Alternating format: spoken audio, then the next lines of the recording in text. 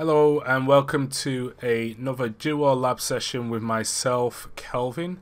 Today what we're going to do is look at how we can add Duo two-factor authentication to ASAs or FTDs that are configured for remote access VPNs, and where Cisco ISE is also used within that workflow as well. So there's a few ways that we can do this, so I will go through and explain each one of those. However, if you keep a lookout on my YouTube channel, I will have broken down this video into multiple videos to cover the demonstration of each of the different ways we can do this.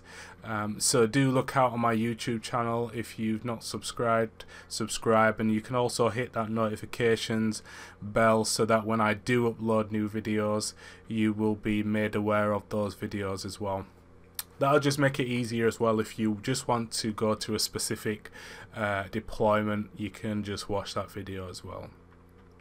Nevertheless, we will get into the video now. So there's a few considerations to bear in mind when we're looking at having Duo or integrating Duo with the ASA or FTD for remote access VPNs, where Cisco ISE is used as well.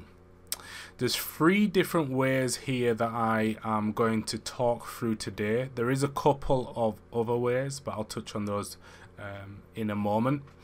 But the first one is essentially by using or keeping the usual setup that you would typically have if you don't yet currently have Duo, and that's where you have your client with the AnyConnect client on, and they are terminating their VPN on either the ASA or the FTD, and then the ISE server is set up as a radius server on those firewalls so that those radius requests, and then from there on ISE will validate that user's authentication credentials with typically Active Directory, and then return that result before the user is allowed to connect. So when you within that workflow, when you decide that you want to add Duo to that workflow, essentially all we have to do is add what we call a authentication proxy within the environment, and essentially what we would do then is we would configure ISE to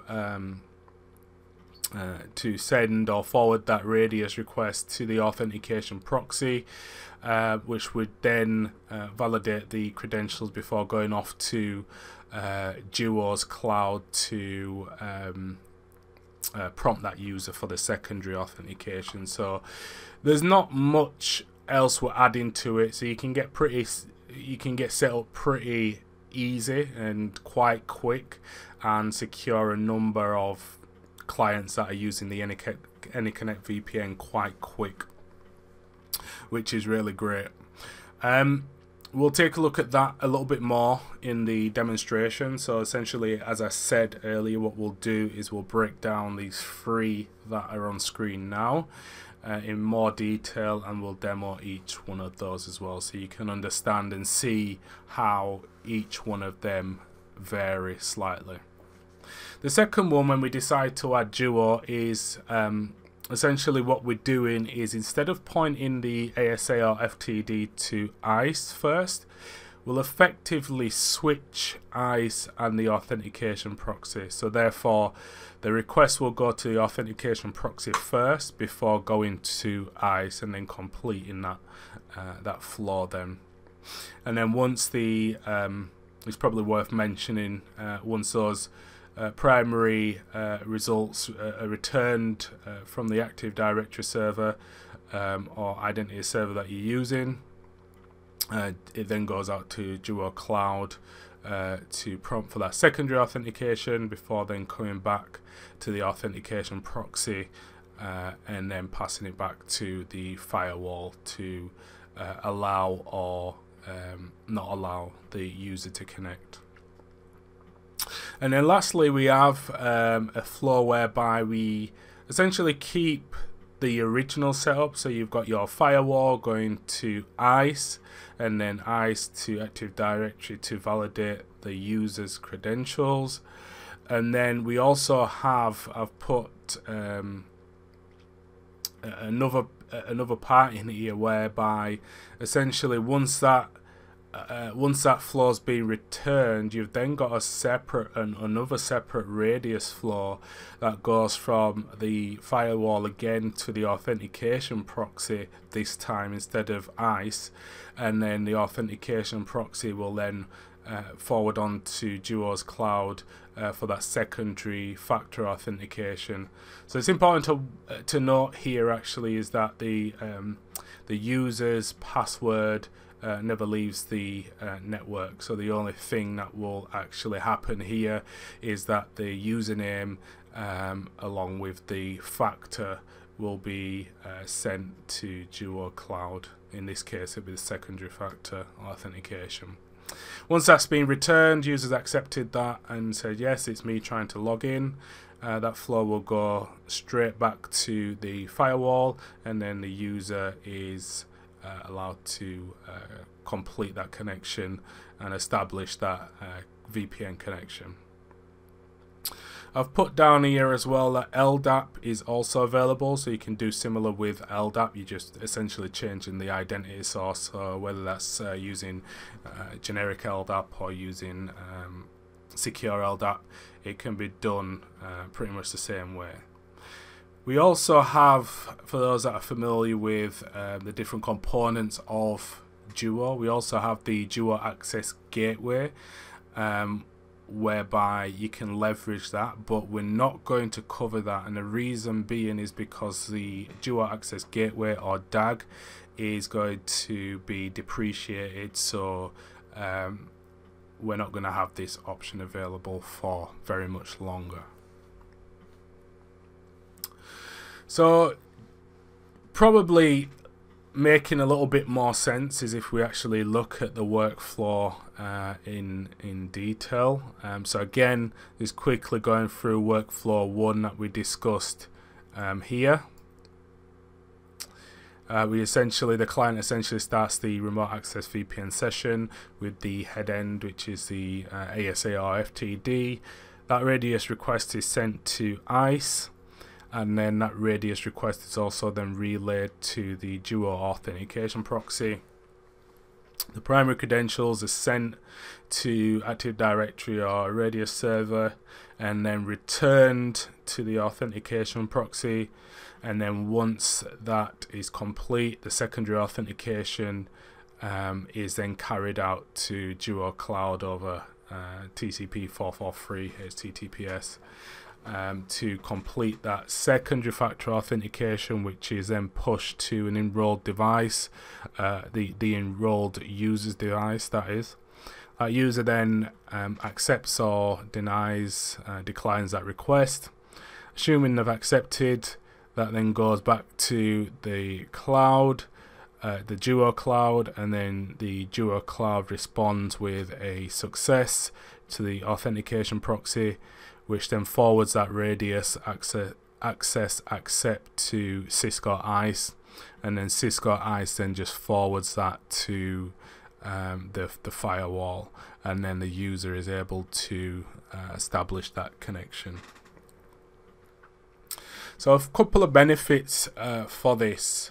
Essentially, by having this particular workflow, we don't really have to change much, because the first 3 stages, if you like, they're not changing. And especially if you've already got these deployed, you're not really changing that.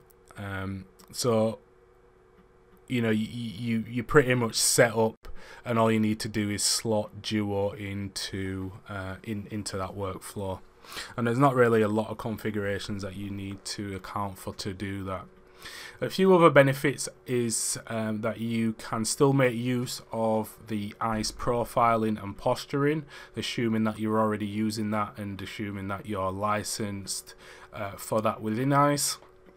You can still use change of authorization. That's still functional and works as it should do, or as it normally would. And you also, as I said already, you get the benefit of the existing environment where you essentially just drop in Duo in there somewhere in that workflow. If you are also using for remote access VPN users downloadable ACLs or security group tags or VLANs or other radius attributes, these can still also be used with this particular workflow, or workflow 1 as we call it.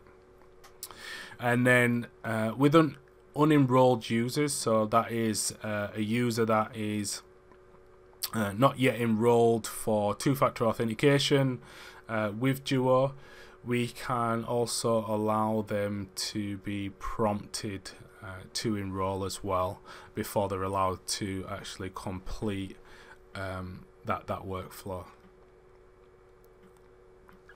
A few considerations for workflow 1. So because we essentially have ISE and then the Duo authentication proxy, essentially passing on those radius requests,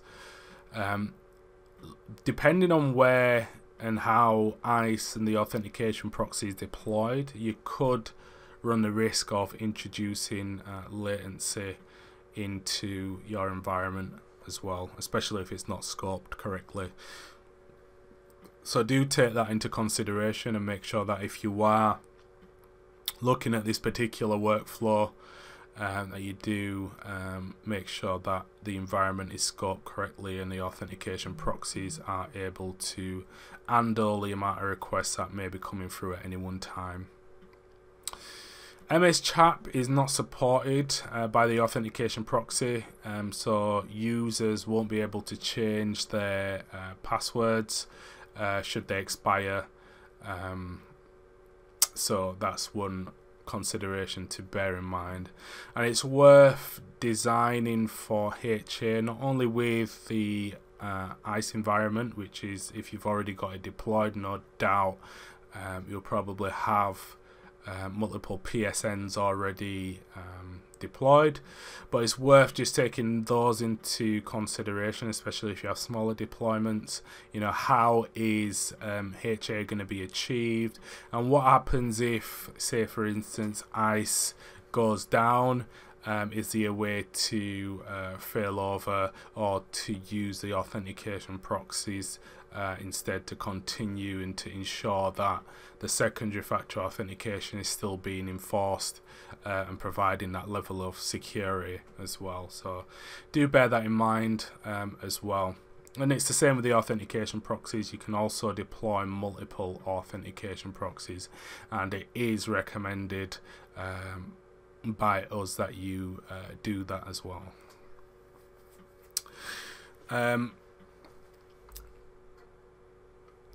So when we talk about configuration steps, you know, this is kind of covering start to finish, but assuming you already have the remote access VPN configured, the ASA is configured, ISE is configured, some of these steps you won't need to cover, so you can pretty much get set up in no time.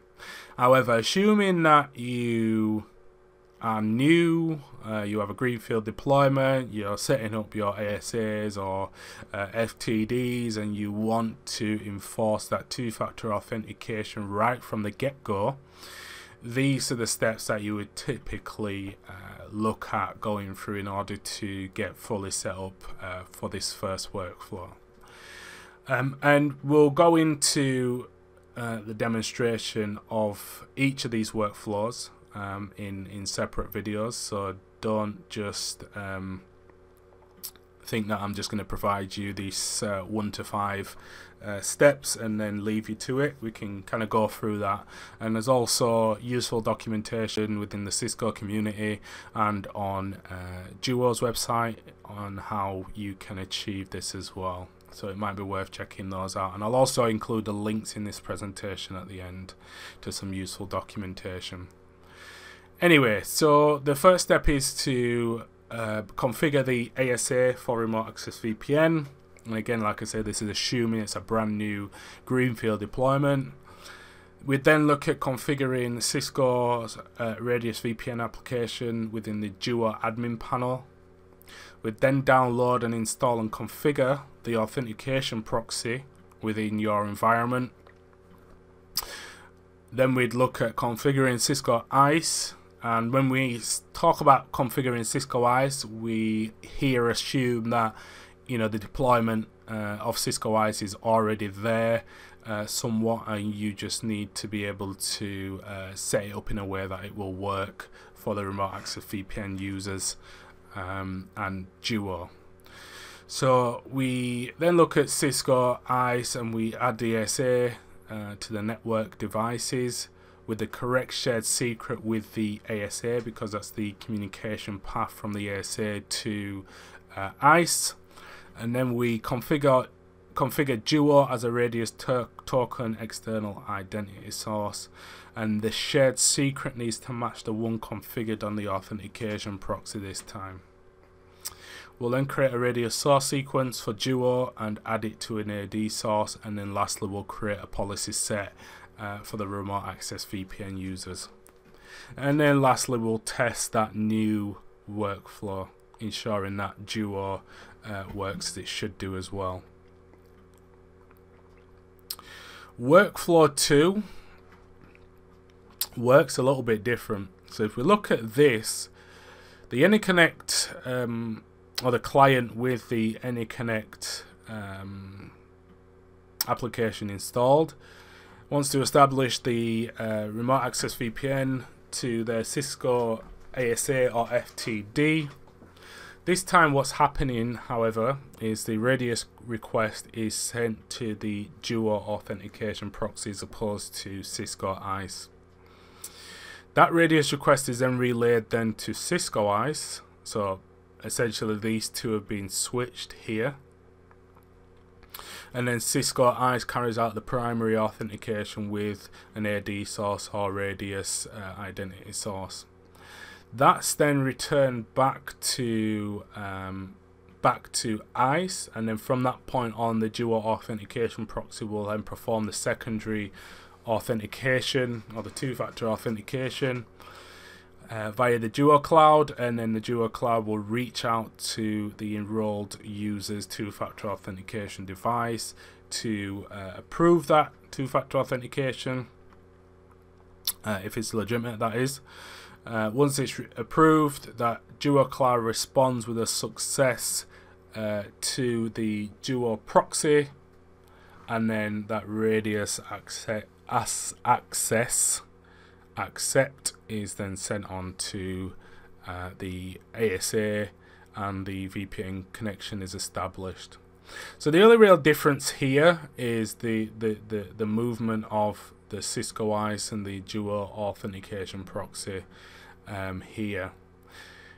Let's take a look at a few benefits of this workflow or workflow 2. So this supports MS chat, so users can change the password, whereas the workflow 1 users weren't able to change their password. So it is possible with this, and that's basically because if the radius source is Duo's authentication proxy as a primary authentication source, then MS chat is supported. Radius attributes such as SGTs can be used, and as there's two separate authentication flows, the only thing that needs to be added to ISE is the IP address and the shared secret of the authentication proxy. Unenrolled users will be prompted to enroll by HTTPS as well. Few considerations for workflow 2. Firewall radius configuration needs to change. So if you have the remote access VPN already configured and ISE already in there, then you are going to have to make a change on the ASA or the FTD to repoint that radius server to the authentication proxy. Also, if you're using profiling posturing for remote access VPN users, this workflow is not going to allow that as well, so do bear that in mind, especially if you need profiling information and posturing information on ISE as well. because the reason is the authentication proxy doesn't support change of authorization. Also, downloadable access lists, they can't be used, and as mentioned before, latencies could still be an issue depending on the location of devices and spec and all the rest of it. Same with the HM failover, they still need to be considered within this workflow as well. So configuration steps for this. You'll start off by configuring the ASA for remote access VPN. You'll then configure the Cisco Radius VPN application within the Duo admin panel. You'll download and install and configure the authentication proxy. We'll configure ISE, but in ISE this time we're going to add the authentication proxy as a network device with the correct shared secret with the ASA, and that allows that radio communication between the two.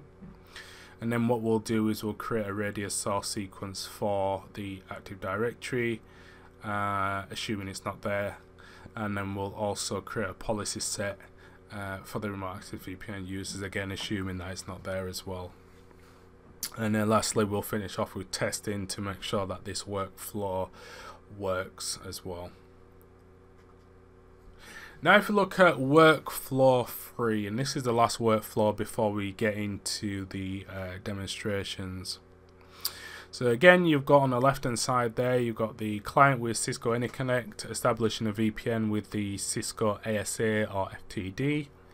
That radius request is sent to ISE, so this is great if you already have, you know, the ASA or the FTD configured and you've already got ISE configured. Nothing changes there. But from this point on, ISE sends that primary authentication to the Active Directory or radius identity source, and then that radius accept is then sent directly back to the ASA or FTD. However, to include then the secondary authentication, what happens then is the ASA will then send out another radius request, and this time it's sent directly to the authentication proxy. The authentication proxy will then send a username and a factor, so in this case secondary factor authentication is sent then to Duo Cloud, which does then the normal bits and bobs that it needs to do. So it reaches out to the enrolled user's device. That user then accepts, assuming that it's a legitimate request. That's sent back to Duo Cloud, and then from there Duo Cloud responds with a success to the authentication proxy, and then the authentication proxy will then forward that request to the ASA or FTD before that user is allowed to successfully establish that VPN connection. So when we think about benefits for workflow 3, as I mentioned already, there's no additional configuration required on ISE if it's already configured. The only additional authentication server configuration that's needed is on the ASA or the FTD, because essentially what you need to do is you add the authentication proxy IP address to that device to act as that secondary radius server. Radius attributes supported, so you know you've got the secure group tags and the downloadable ACLs. Profiling and posturing is also supported in workflow 3, and the good thing about this is that the radius requests are not chained, so you know you've got those two separate authentication flows that we just looked at. So one from ISE and then the other one from the ASA to the auth proxy. Same request is not going or being chained from ISE to the authentication proxy or from the authentication proxy to ISE.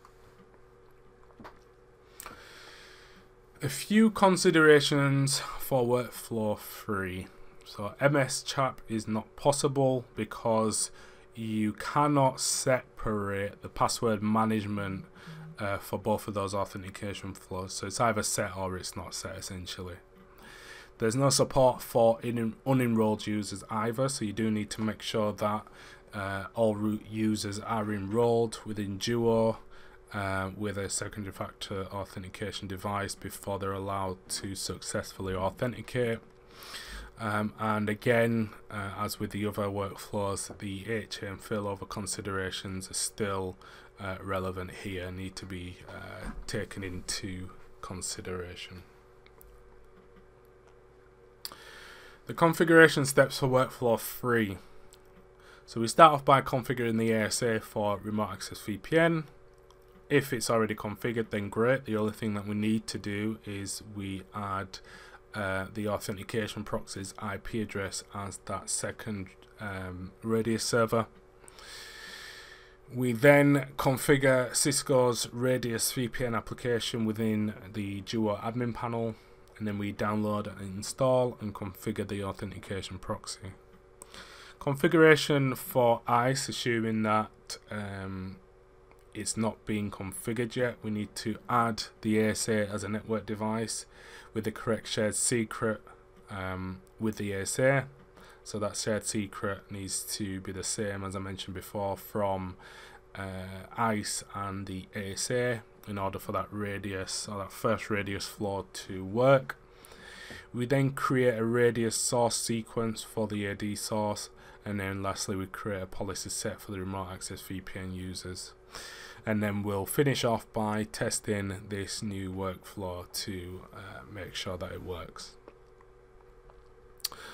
And that's it. So those are the three workflows, or the three main workflows that I am going to talk about today.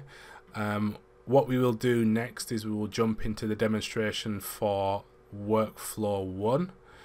And then you can kind of see how that works start to finish. And then likewise we'll do the same in a separate video for workflow 2 and then also for workflow 3.